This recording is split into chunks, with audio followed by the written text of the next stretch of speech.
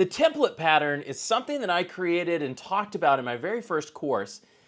But over the last year, when I've really been doing a lot of prompt engineering and prompting, the template pattern I realized is something that I really wish I'd taken more time to explain because it's one of the most powerful things that I use on a daily basis. In fact, it's something that when I go into demos, I always try to use the template pattern because it's something that usually looks like a Jedi mind trick to people. Like they see it and they go, oh my gosh, what did he just do? And so I want to just really take some time to dive into this a little bit more. And it's a very rich topic. There's so much you can do with this concept of the template pattern or templating, however you want to think about it. But I really, really want to spend some time to just show you the power of this, all the different ways to use it, but also the intricacies of how to think about using it. Now, I'm going to dive into an example to get you started. And one of the most basic things when we have to start thinking about the template is the concept of a placeholder. Now, what is a placeholder? A placeholder is a point in our text where there is something that we want filled in. So you can think about it like if you created a template for some intern to go and write a report, you would leave placeholders and you would say, this is what I want you to fill in here. So go and put that in. And you would try to provide good placeholders wherever there was something that needed to be filled in. At the same time, the key thing that the placeholders give you is they tell you what is in the template that should not be changed. Meaning, if it's not in a placeholder, I don't really want you to change it. So that's an important concept. The moment we start introducing placeholders, we also are introducing the idea that certain things that I'm giving you just aren't meant to be changed. And I don't have to tell you that for you to know that. You can infer it because of the fact that I've got placeholders. If you go look at a contract, a legal contract, and it has a placeholder for your name, it's indicating you fill in your name, but you don't get to change anything else. And we can kind of do the same thing with the LLM, as we can tell it, hey, here's placeholders, but don't touch other things.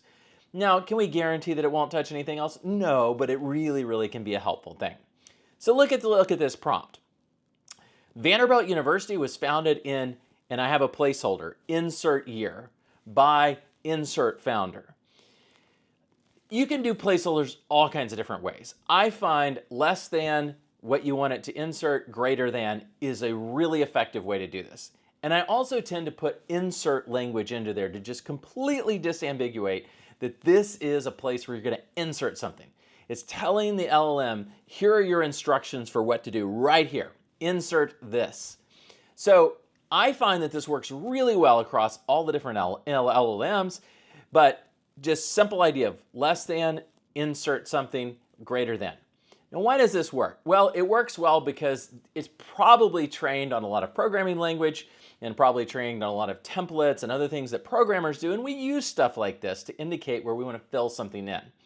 Now, you could do brackets, braces, parentheses, all kinds of other stuff.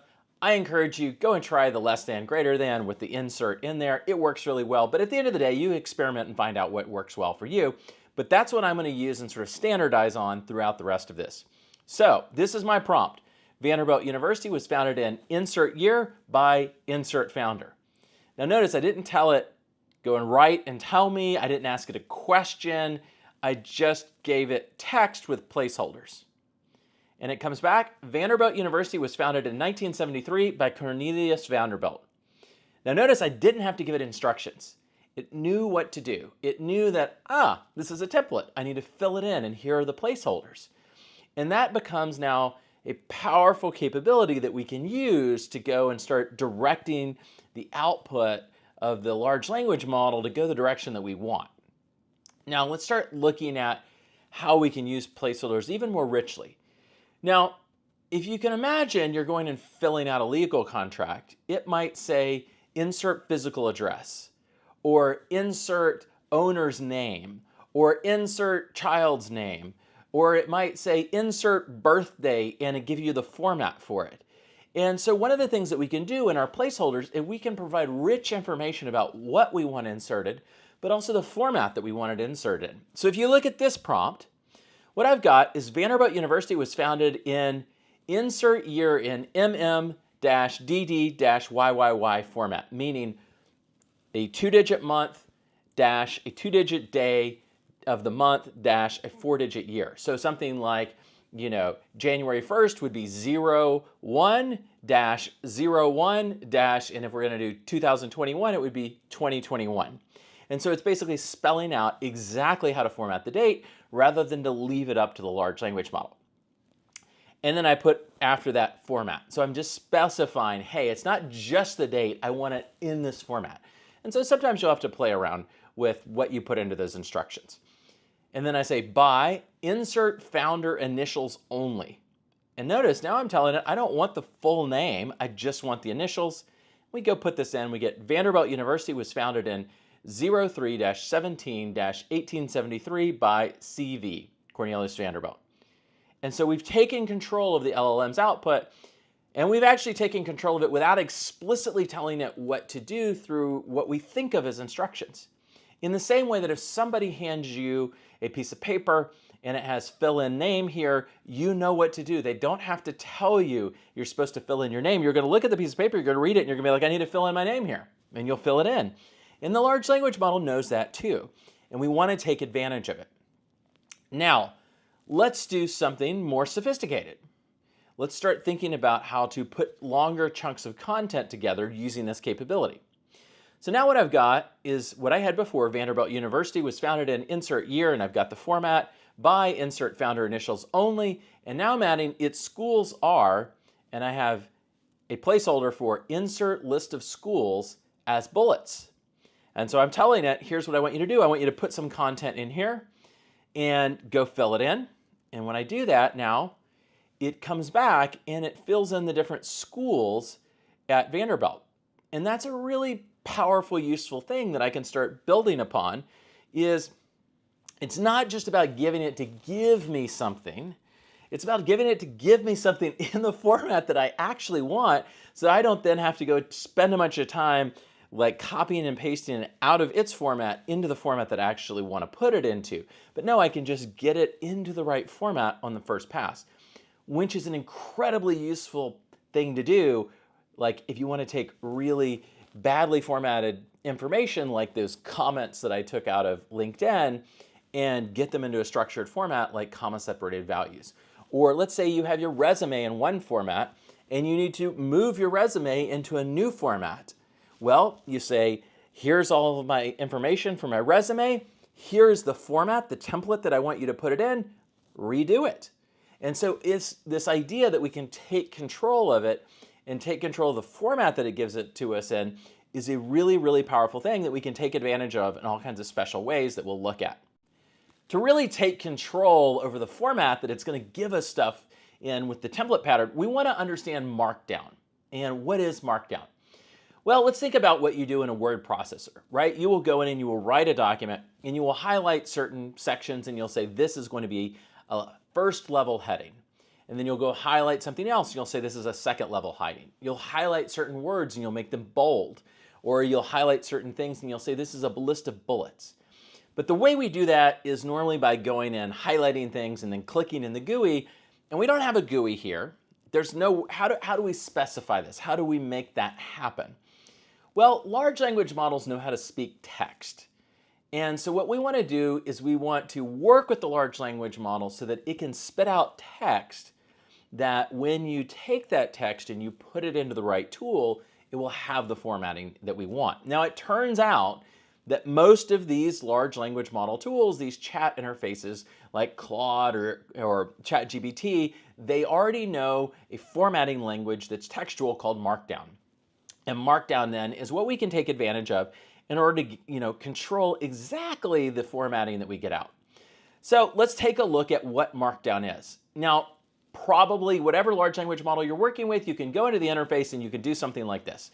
Show me examples of the Markdown that you know, and it will start telling you Markdown. So the first thing we can do is we can create headers. So a header is simply a number of hashes followed by the text that we want in the header. So you can think of this as a section header in a document. This is one of the simplest, easiest things to improve the formatting of what you're getting out is to start building in headers into it. Second thing we can do is something really obvious and something that we commonly do in documents, which is we highlight things and we put them in bold or italics or bold and italics. But not a lot of people know how do you get the language model to do that? Well, you do it by using emphasis. Emphasis is the markdown term for bold and italics. And if you want to make something italics, you put it between two essentially stars. I don't know, there's probably a better term for this, but I think of it as the star. If you want it bold, you put it between two of these stars. And basically the first one would be italicized.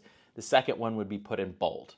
And then if we need it bold and italics, and we just go and start adding in this formatting. And we'll see how this works in a little bit when we actually go and build output that follows the markdown. Lists, we can have different types of lists that are either unordered, meaning it doesn't have numbers attached to it, it's just a bunch of bullets, or we can have ordered lists where we have numbers attached to them. And to do unordered lists, you just go and have dashes. If you want ordered lists, you go in and put numbers. Similarly, we can do links. Now, links may or may not work because these large language models are sensitive to trying to render links that you could then go and click on and have bad things happen. So you may or may not be able to get links to work depending on the tool that you're working in. But this is roughly how they work, is you specify inside of brackets what the link text is going to be, and then in a parentheses, within parentheses right after it, you specify the URL that you would want it to go to.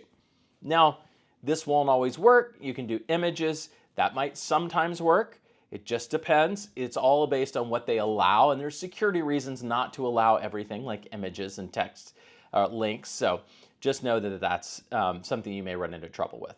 Now, something that's underappreciated and underutilized that I've seen is tables. Tables can be really helpful, especially when we're representing data, all kinds of things like that. And most people deal with lists and they don't really know how to control the output to get a table like they want. Tables are essentially these pipe operators. Now, I think of it as pipe because I'm a programmer. There may be a different word, but you can think of these vertical lines. You can find it on your keyboard somewhere. Mine is on a Mac, and so it's right above the return key. I hit Shift and then that key above the return key, and I get the sort of pipe, and then you specify the header. Now, I'm not going to go into full detail behind this. You can go find something about Markdown. You can, even better yet, within your LLM, ask it to teach you Markdown or fix your Markdown. Or if you tell it, I want a table with these columns and the rows look like this, how would I do that in Markdown? And it can show you and help you get there. Horizontal rules, task lists, like checkboxes that you can check off of tasks, all kinds of fun things. But I'm going to leave off on the most underutilized but amazing one because it's so helpful for a number of different tasks.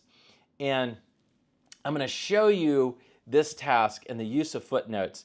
But footnotes are an amazing way, particularly when you are giving the large language model information, of having it tell you what information that you gave it that it used to support its answer. And we'll come back to this one later, but this is one that's super underutilized, and when you show it to people, it looks like magic, but it also helps you whenever you encounter those people who are LLM haters, they're doubters, they say it hallucinates, everything's garbage, you can never trust anything. The footnote is where you're going to go and absolutely blow their mind. It is a superpower to know that Markdown and to know how to use it effectively. Now we're going to look at some sophisticated templates that put together the idea of placeholders with taking control over the precise details of the formatting. And we're going to put these two things together. We're going to use Markdown and placeholders, and we're going to make some amazing things happen. And hopefully we'll open your mind to how you can go about really building more sophisticated outputs out of these large language models.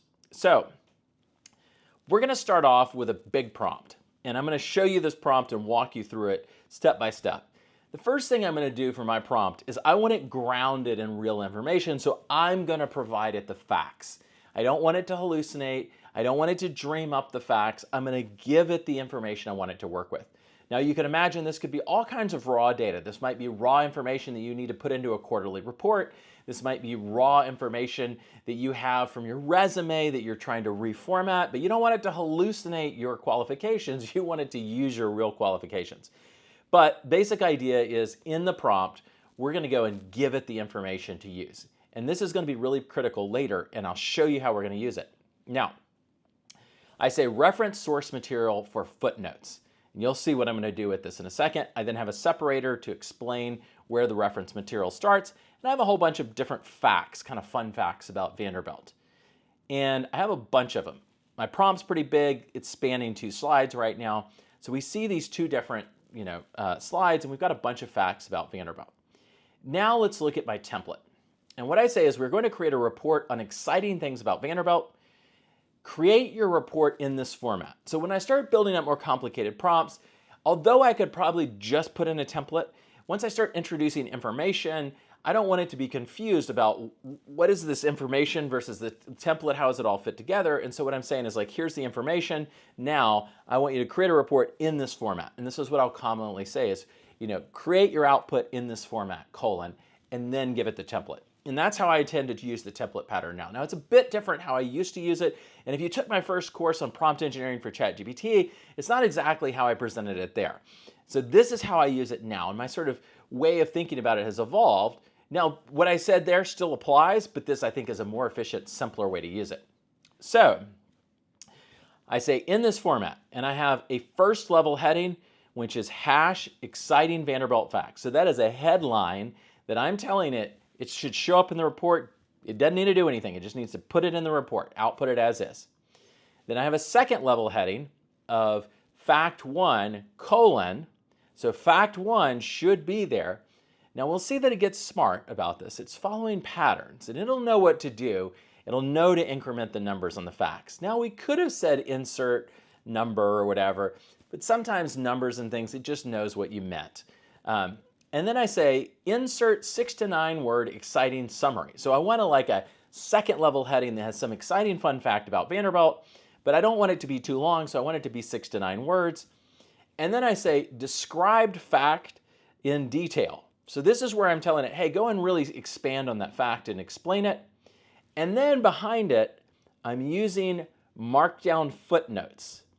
And if you don't exactly see how this footnote works, go and look at the markdown again for footnotes. You'll see it in a minute and you'll understand it in a minute. But I would refer to that if you're getting confused in this video. Now, I'm creating a markdown footnote, but I'm saying insert footnote to original fact. So I'm telling it, I want you to create a footnote based on the original fact that you're relying on to write this part of the report. And then I have some dots or ellipses. And what this means is ellipses are a really powerful way of telling the large language model, go and fill in more of these. I don't want just one fact, I want a bunch of them. So if you have like one part of the pattern and then you want it to fill in more, you can do dots. You can do more sophisticated things too, but dots works well. And then at the bottom, I have a first level header again, that's footnotes, because I think this is a really important thing. And it's something that I want you to start using and showing to people that say they hallucinate, you can't use it in a powerful way. It can never give you citations. It's impossible for it to give you citations. And you can say, yeah, let's check that out. And then I say insert footnotes as quotes from source material. What is going to happen? I want to just take a look at this, take a moment for you to stare at this, because this is just amazing. And it's so powerful and so helpful when we're thinking about large language models, taking control of the output and beginning to trust the output. Exciting Vanderbilt facts. So it's preserved our header. Fact 1, a historic generosity sparked its founding. Vanderbilt University was founded in 1873 thanks to the generous $1 million donation from Cornelius Vanderbilt, blah, blah, blah, blah. And then notice what is at the end of that. Now, it may be hard to see in this video, but there is a little 1 there. It is a footnote. And we'll see what happens with those in a minute. We have a bunch more Vanderbilt facts. And note that each one of them now has a footnote attached to it. That's going to be important. And then we go all the way through to fact number 10, illustrious alumni network. And since we're on the last fact, I'm just going to pull out the very last fact here in a second. And that's, we've got footnotes as well. So we got to the last fact. We've now got our footnotes. And notice we've got 10 footnotes as well. We've got 10 facts. We've got 10 footnotes. Notice our footnotes are numbered. Now, let's look at that number 10, that last fact. And NFL quarterback Jay Cutler. So it says the university boasts numerous distinguished alumni. And the last part of that sentence is, and NFL quarterback Jay Cutler, 10, footnote. What is footnote number 10?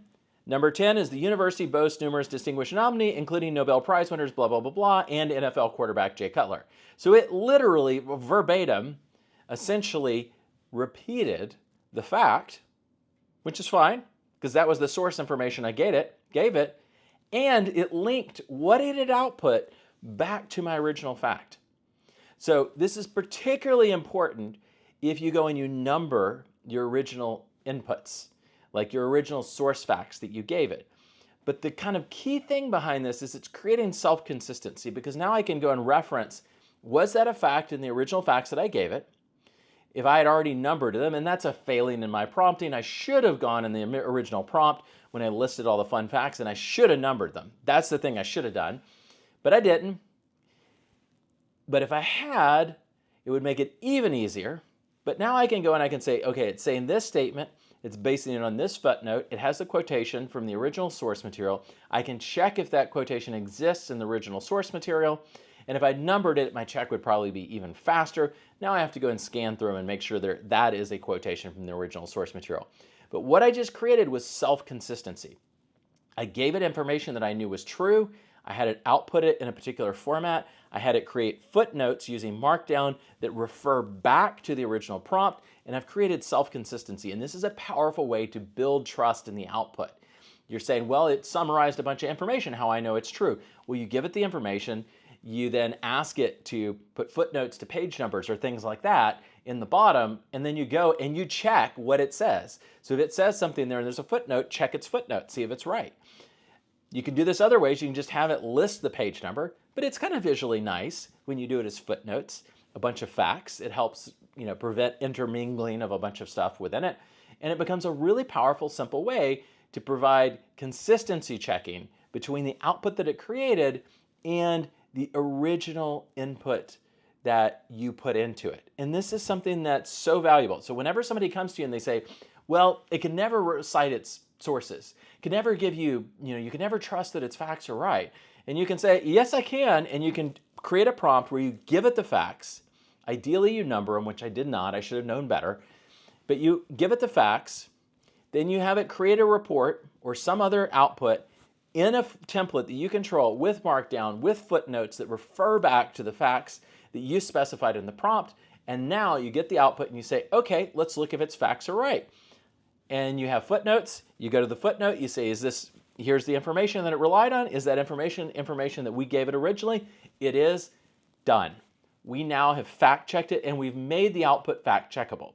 We haven't made it to where we don't have to do due diligence. We still do due diligence as human beings. We are still going to check it and make sure it's accurate and right because we're going to be responsible for it.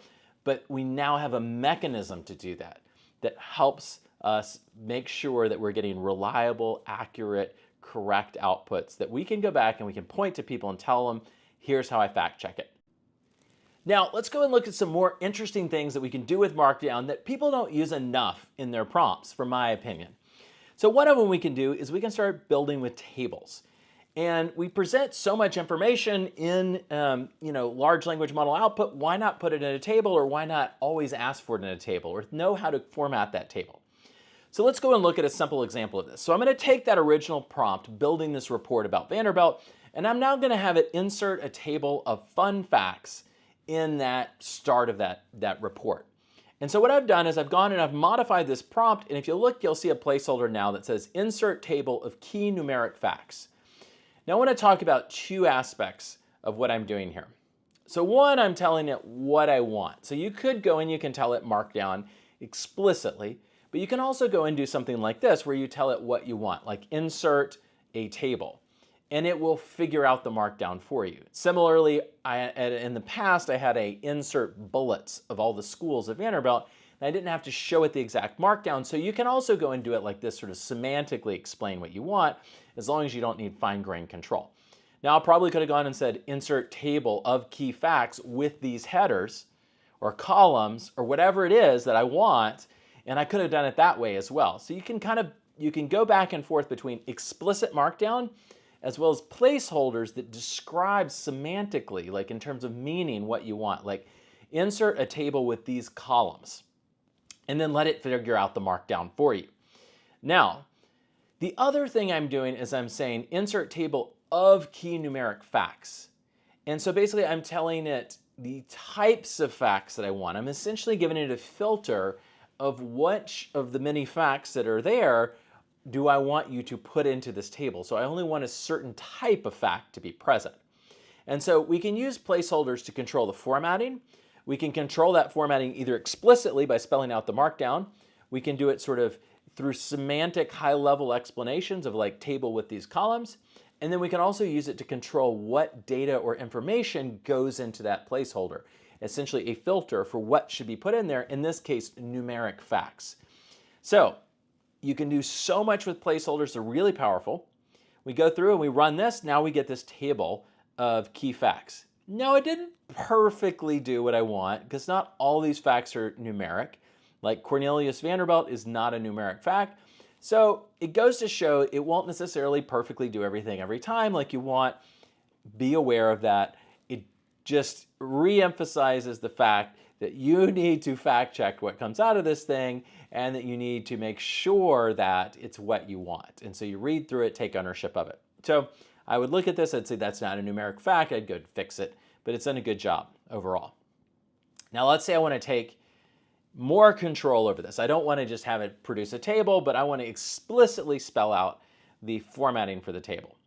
So what I've done here is I've replaced where I said insert table, and now what I'm doing is I'm actually building out the markdown for that table. So my markdown, I've created a header in the table called fun fact, exclamation point, and then I have a column for wow number, exclamation point, and then I have a column for tweet. And it's going to figure out based on the meaning of the table what to fill into tweet, which is kind of fun. So, and then in the first row that I'm giving it, I say insert 3-word title. So I want roughly 3-word titles, insert number, and then insert short tweet. And so basically it's going to fill out this table with that format. So I should get a 3-column table out.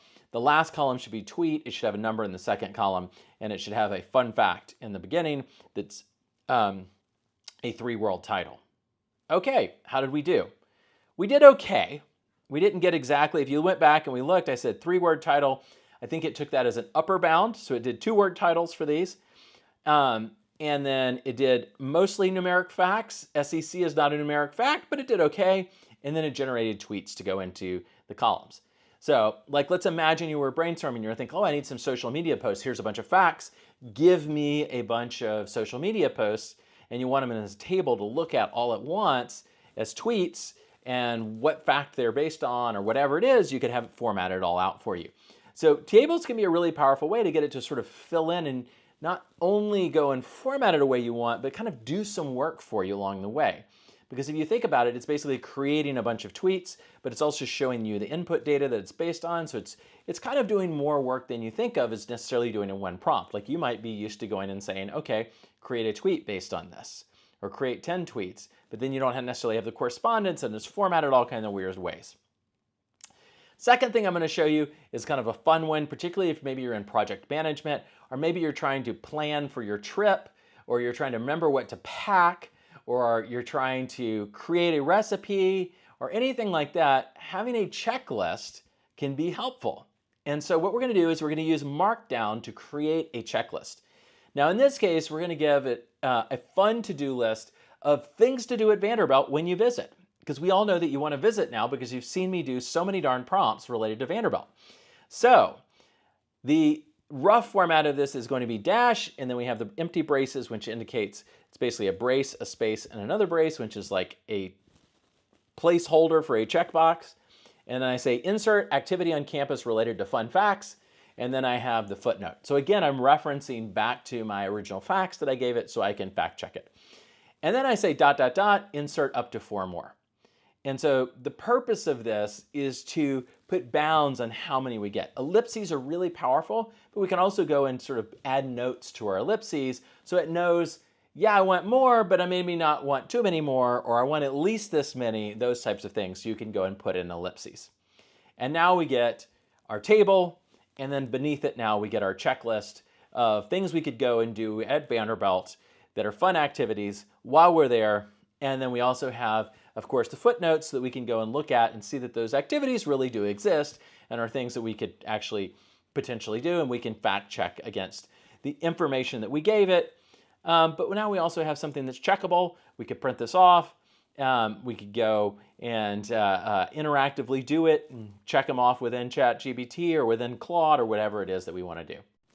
I want to show you a concept that's really, really helpful in many different ways within large language models and prompts, but it's really particularly helpful in templates to solve a particular problem that we just saw. And that is what happens when we ask it to fit things into a template where it's trying to put something into a hole that it doesn't fit in. So you can think of, you've given it a whole bunch of pegs, most of them are round, but one of those pegs is square, but you gave it a template with a round hole. What does it do? How does it solve that problem? And you basically need to explicitly tell it what to do in that case. You need to give it an escape valve. If it's trying to do something that just doesn't fit and doesn't work, you want to give it an out. You want to give it an option of what to do. Now, this is also really important with instructions. You can tell it to do something, and if you tell it to do something, it's really going to try to follow your instructions and do that thing that you're asking it to do.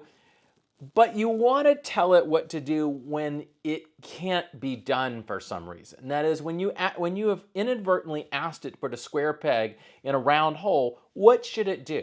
That's what you want to do, and that's what the escape valve is. So I'm going to go back to this prompt that I was working on with Vanderbilt and facts about Vanderbilt. So I've got all this reference material, and now down at the bottom, I've created a prompt, and I want to focus you down on here, where I've said for each fact, extract the numeric value into the format, and I have, a second level header of fact, and then I have insert fact, and then below it I say insert value or n/a, meaning not applicable. Now, why am I doing this?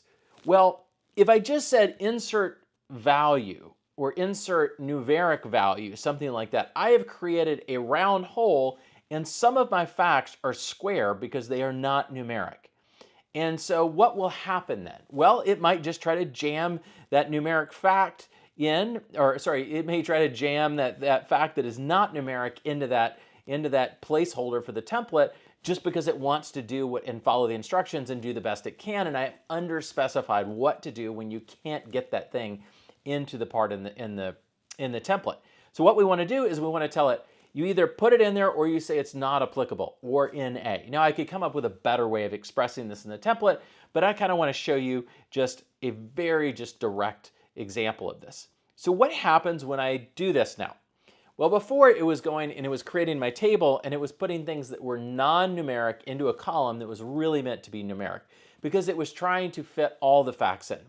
Now, another escape valve I could have told it for the table is you don't have to fit all the facts in, only put in facts that are numeric. You can ignore other things. So you want to give it escape valves about how to handle the situation when you've told it to put a square peg into a round hole. In this case, the fact location of Vanderbilt University, which is Nashville, Tennessee, it now puts in n/a, meaning not applicable, because it's not a numeric fact. So by creating that escape valve, I've created a way that it can get an out when my instructions really won't work, and it's basically trying to follow my instructions to the letter. It's inferring that I want all the facts introduced. Now, why is it doing that? Well, it doesn't have anything that tells it not to put all the facts in.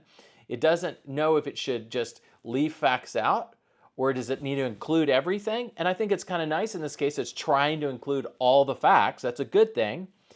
But the problem is it's trying to include all the facts, and not all the facts fit the template that I've given it. So by giving it an escape valve, we've given it a way out. But this is true for instructions. Anytime you tell it to do something, you should tell it what to do if it can't make it work. If it can't use the facts, if it can't find something that works, you can give it an escape valve. And they could be very high level instructions like, hey, if there's a problem with this, rather than attempting the task, just tell me what the problems are. Things like that. So give it an escape valve to help take control and make sure you get the output that you want.